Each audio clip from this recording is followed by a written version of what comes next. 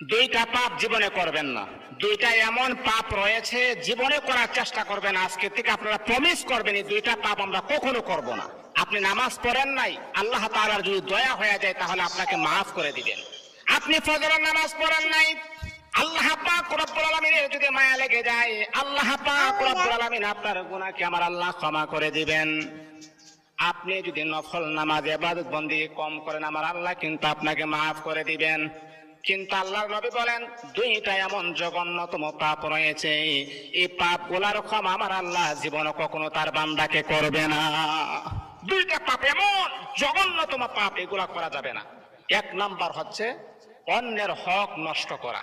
অন্যের হক কখনো নষ্ট করবেন না। আজকে নিজের ভাই বোনের হক নষ্ট করে দেয়, অন্যের হক নষ্ট করা যাবে না। দুই নাম্বার হচ্ছে আল্লাহ পাক রব্বুল আলামিনের সাথে শিরিক করা। যদি কোনো বান্দা আল্লাহ পাকের সাথে শিরিক করেন, আমার